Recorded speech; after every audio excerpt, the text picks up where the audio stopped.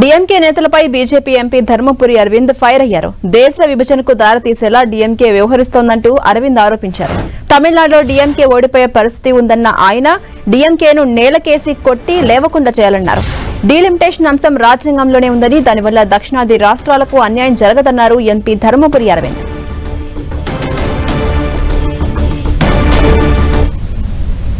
అబద్ధాలు చెప్పుకొని తమిళనాడు ప్రజల్ని మభ్యపెట్టి దాన్ని దేశంని విభజన కాడికి తీసుకొస్తూ ఉంటారు ఈ దుర్మార్గులు.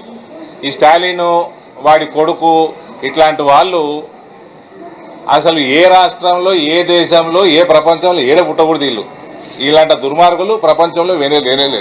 తమిళనాడులో ఎలక్షన్లు వస్తున్నాయి. డిఎంకే